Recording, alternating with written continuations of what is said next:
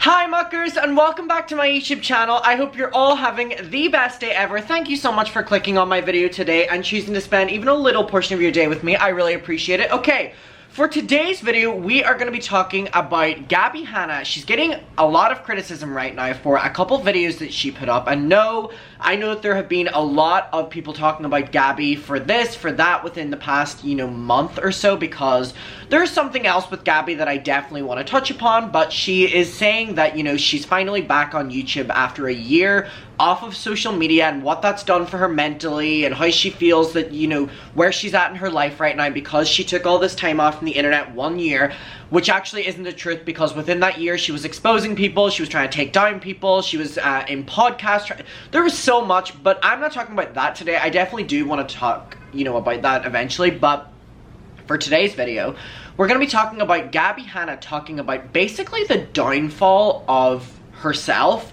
which is surprising ever to hear a YouTuber talk about, the downfall of the YouTuber or the downfall of the relatable YouTuber or the downfall of, just the YouTuber as an individual before they became a sellout.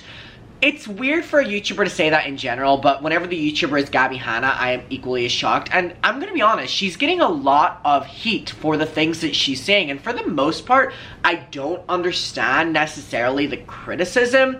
And now, I haven't watched these clips since a couple days ago whenever I saved them to my camera roll, so maybe sitting down here and presenting them to you with everything I'm gonna do, maybe I'll have a different opinion. But from what I remember, I kind of agreed with her, which is surprising when it comes to Gabbie Hanna. However, setting the scene, there was a TikToker who had a meet and greet at VidCon. VidCon happened a few days ago, if you know, yours truly was there, and it was awful. But basically, this TikToker did a get ready with me for her meet and greet to go meet her fans. And she has this full video for it, and then the video on the next day is basically a continuation of that video that says that absolutely no one showed up to her meet and greet. And she just got back in bed, she started eating her chips, and she just went on with her day. So that was the original video, and a lot of YouTubers have been coming out of the woodworks to talk about this and talk about the fact that relevancy and fame is so different nowadays than what it was whenever Gabbie Hanna was at the top of YouTube, or whenever, these YouTubers were at the top of the platforms. With these different social medias, basically anyone can become popular, and it's whatever your take on fame is. And whenever I was at VidCon, VidCon used to be a YouTube convention, and it very much so was a TikTok convention this year, and I immediately in that moment looked at it like a negative thing, where I was like, oh my god, where have all the big creators gone? And I don't know who any of these people are anymore, it's all TikTokers, and just anyone can be famous. And then I thought about it even more, and I went, no, actually that's a positive thing. That is a positive thing, because it means that more diverse creators are the ones that are being popular now, whereas on YouTube it was kind of like the 10 golden ones and no one else got, struck in the algorithm. So whenever I think about it more, I think about the fact that the integration of TikTok and, easier fame is actually great, because it means that people are finally having an equal, for the most part, chance compared to what it was 10 years ago on YouTube. So a lot of creators are coming out to speak about this YouTuber's experience with the fact that, she has millions of followers, and then at VidCon she has a meet and greet and no one shows up. So it's basically your numbers on your screen versus in person, where are they? So Gabbie has a lot to say about it, and also other YouTubers do, and there's a lot of people talking about this. So what I'm going to show you is, in order, the original TikTok by the creator getting ready for her meet and greet. The second video is a very quick one of her being update, no one came. The third one I'm going to show is SimplyNasa speaking about this. And then the final thing I'm going to show is a series of clips of Gabbie Hanna talking about this. So let's get started. So this first one is the TikToker slash YouTuber getting ready for her meet and greet. So we're just going to go through this in chronological order of what happened. So here we go. For my VidCon meet and greet. First of all, what is this? Our little friend here sprung up yesterday, and now she's ready to blow. This is actually my first VidCon, so I have no idea what to expect. I still live in Canada, so whenever I'm walking around at home, no one recognizes me, no one knows who I am. But whenever I come to LA, people recognize me and it freaks me out. Let's add some sparkle. I'm gonna put on a lot of blush to distract people from my pimple. contour my double chin real quick. Okay, I gotta go in like 5 minutes. Let's change. Okay, you guys, this is the outfit from the meet and greet. So I will see you soon. I gotta go. Okay, so that was the original video getting ready for the meet and greet, and then we have this follow-up video that says the following. So it stitches the first video, which basically is just like including it and then a response. So this is the outfit from the meet and greet. So I will see you soon. I gotta go. No one came to my meet and greet. So I went back to my hotel and ate Tostitos. So that was the video, and no one showed up to the meet and greet. Now, one thing I do want to say is, it's very weird to me that VidCon would operate meet and greets for creators to their fans, knowing that no one is going to show up. Surely they would give them a little bit of a heads up that, because for VidCon and conventions, you have to RSVP to certain meet and greets. They should do that to all of them, so they can tell a creator, hey, no one RSVP'd, or hey, 10 people did, and it kind of gives the creator a warning of what to expect, because a creator like this is either walking in going, I have millions of followers, is there going to be millions of people here? Or is there going to be no one here? So I do think the responsibility is on VidCon to give a little bit of a heads up to the creators. But anyway, we're going to hear what SimplyNasa has to say now, and then we're going to get to Miss Gaga Goo Goo. Alright, here we go. So this is what SimplyNasa has to say about it. This is the outfit from the meet and greet. So I will see you soon. I gotta go. No one came to my meet and greet. Did anybody else notice that so many influencers with over 500,000, over 1 million followers had empty lines at VidCon? If you don't know who I am, I'm SimplyNasa15. I'm part of the older generation of YouTubers. I'm part of the generation when VidCon was packed. When people were getting chased from one side to the other side with mobs. I'm telling you, meet and greets had like 3,000 people standing in line. Didn't say for me though. But even my raggedy ass had a long ass line. Like, come on. TikTok completely killed the concept of influencers. I feel like it's so easy to gain a following on here, but that doesn't actually mean that it's going to translate into like a fandom, I guess. I was talking to a merch company recently, and they were telling me they wanted to work with more YouTubers because all of the people that they were making merch for that were TikTokers were not selling anything. I feel like with TikTok, it's very come and go. Like, you could be super active on here for like a month, you could be popping, and then a month later, people just don't care anymore. They unfollow, or you have this big following, because I feel like with TikTok, you don't go through your followers to like unfollow people, you just keep scrolling past their videos. So then you're left with this big following of like 1.5 million people, but your TikToks are getting like 1,000 views. So the numbers are just not adding up anymore. And I'm noticing how hard it is to transfer to other platforms now.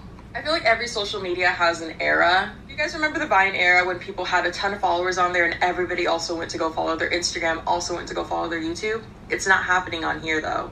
I'm seeing 2 million followers on here, but on the YouTube, it's only 1K views, 10K subscribers. I feel like TikTok also killed our attention spans. So yeah, like I really enjoy your 10-second videos, but it's a little hard for me these days to go and watch an entire 20 to 30 minute video that you just filmed. Like, it's okay, I got enough of you in those 10 seconds. I've asked so many of my friends and they've agreed on that. Like, TikTok has killed our attention span.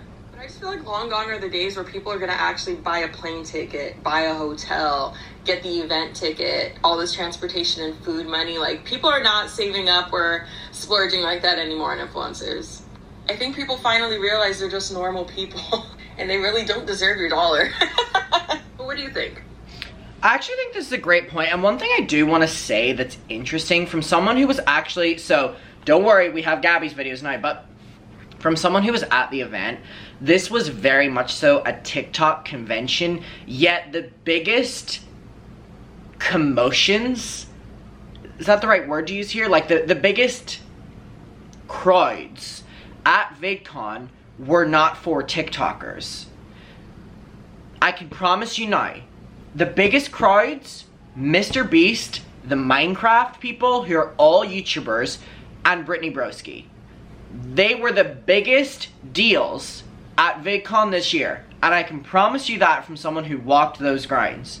Next, I would say, would be Charli D'Amelio, who's like 100 million on TikTok. So that says something within itself, that Charli D'Amelio is equal with like the Minecraft kids and Brittany Broski and Mr. Beast, But yet Charli D'Amelio has over 100 million followers on her social media platform, whereas the YouTubers only have like a couple million here and there. You know what I mean? Like, it's interesting, but I definitely agree with the point that TikTok is definitely humbling, that it's like you're seeing every single part of that person's life in 10-second clips, so it's a lot more raw and intimate. And I feel like that argument could be made though about like long form content on YouTube, so it's confusing, but I feel like the fact that anyone can now just upload on YouTube, upload on TikTok, as it should be though. I don't know why we should be making that a negative argument. I can say from me who, you know, my channel only started doing well within like the past year, so to say that, you know, your time has come and gone if you haven't reached your peak, it's not true. If you want to create a YouTube channel, do it. You don't know what will happen.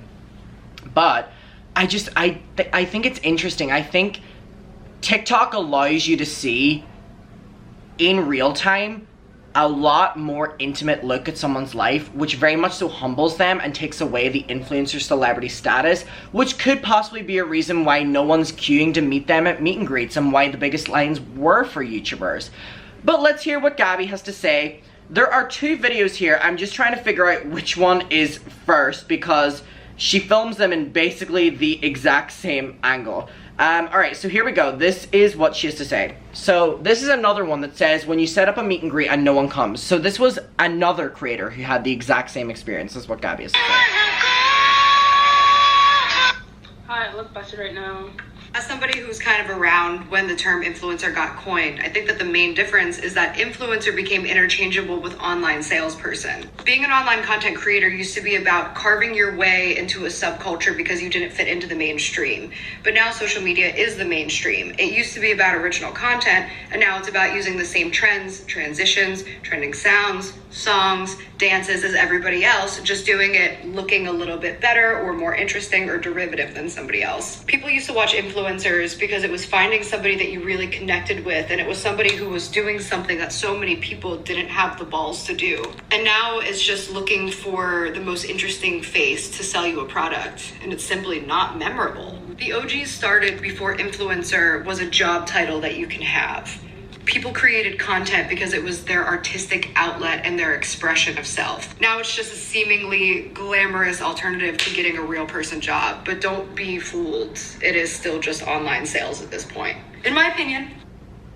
Okay, so that was our first one, but before I add any comments, I want to immediately follow it with this final video where someone goes, would you ever take sponsorships or do ads again? I can't remember if you've done any recently. So this was someone being like, okay, so you're now saying that the reason that people aren't, you know, lining up for hours to meet Instagrammers or YouTubers or TikTokers is because they're now just salespeople. So people are saying, you've done sponsorships, what's your take on doing them moving forward, considering that now Instagram and TikTokers and YouTubers are just like sponsor people? Man, I used to do fucking ads back in the day, which is kind of how you get stuck in the trap, especially at the time. I don't know what it's like now, but we used to get fucking buku fucking money for ads on YouTube because there weren't that many people doing it. So you could set your price and you could set it fairly. When you look at what a YouTuber gets on their views versus what somebody would pay for an ad spot on a major network versus their views, YouTubers should be making a lot of money. That being said, I don't think that I could charge anywhere near the rates that I was charging, even if my views and shit were on par, because I just think that it's so oversaturated that a lot of these kids don't even know what they're fucking worth. I had the privilege of being one of the only kind of adults in the space who I graduated from college. I took classes in business and marketing and economics, and I knew how business worked. A lot of people didn't. All that to say, I did do a lot of ads. It was extremely lucrative as a career, but it really became a sales job. And I just couldn't fucking do it anymore because the products were all the same at this point. It's like a hair waver or a fucking makeup brush. And it just wasn't authentic. And I felt bad. If you know, you know. Putting that out to my fans because I built my fans on music and poetry. I never even really had merch. You built your fans on story times. She always has to, whenever I'm gonna agree with her, she always has to say something to piss me off. A couple designs, but I chose to fucking make a poetry book because I didn't want fans to buy a shirt that I didn't design as a way to just get some money from them. I wanted to share my art, and now that I'm actually doing a clothing line, finally, I'll put out some clothing. I haven't done ads in a while because I don't feel that I've been upkeeping or also no maintaining company a wants to page work or with working you in that career or putting myself in the position to be getting brand deals. I really just took over about a year, a little over a year off to just figure out the next phase of my career, because online salesperson was just not the one that I wanted to keep fucking doing. If the right sponsorship came up, of course I'll do it, but I need to make sure I put myself in the position where I'm aligning myself with the sponsors that I would feel proud and honored to promote, as opposed to something that's just okay and good enough if somebody wants to buy it, really. I feel like that's funny coming from Gabby, considering her, like, chain history of literally being a salesperson online and selling, like, scams. But anyway, aside from a few hypocritical points here and there, I understand what Gabby's saying, and I actually agree with her. More so TikTokers than YouTubers center a lot of their content around brand deals and sponsorships, because TikTok is not like YouTube. Making money on YouTube as a creator is a lot easier than making money on TikTok as a creator. You have the creator fund on TikTok, which pays really bad. Like, you can get millions of views and you can get like $2. Whereas on YouTube, it's been going on for a while. YouTube have like a pretty good system in place with the creator, not the creator fund, but like Google AdSense and the partner program. So YouTubers are able to make a living off of their videos, whereas TikTokers aren't. So TikTokers, you know, and I don't hate on them for this and I don't diss them, but you know, most of their videos they'll be holding a Red Bull, and then you'll look at the comments and it says #ad, or you know, they'll be holding like a nail polish, or they'll be doing it while they're talking about something else and there's #ad in the video, or they're like, wow, I love this, but they won't focus on it. But there's always something to do with a product in a lot of, not most, or not all, but like most TikTokers videos, because they have to make money so that they can then, you know, afford to keep this as their living to then make the other videos that they want. So I completely agree with the online salesperson side that Gabby's going at, for a most part, not fully, but for the most part. So from SimplyNasa saying that we just look at these people, YouTubers, TikTokers, Instagrammers, as real people, because this is so normalized to do now. It's so normal to be a YouTuber. It's so normal to be a TikToker, whereas years ago it wasn't, so they were more standout, you know, creators. Whereas now, it's a lot harder to idolize someone, whereas you would just look at them like, oh, like my friend. You know what I mean? And you're not queuing up for like 10 hours at a meet and greet to like meet your friend, but you do with someone you idolize. So from SimplyNasa saying that, you know, there's very much so a humbling, like, we don't look at them as celebrities anymore because everyone's doing it, and Gabby's saying that people, you know, will just look at them, as in online creators right now, as people who just want to sell you something, which actually is a valid point as well, as much as I do not like Gabby. So it's like, from just looking at these people like normal people, which they are, from them just trying to sell you stuff, I don't think, and I'm not saying this about the woman who didn't have people show up at their meet and greets, it's just like a wider conversation, because I don't know their content, so I don't know if they do this. But I think it does pose the question of why, you know, there was not the best turnout for TikTokers this year at a TikTok convention, but there was for YouTubers. And I really want to know your take and your opinion on it, so please let me know down below. I would love to hear what you have to say. Thank you for watching, and I will see you in my next one, and bye.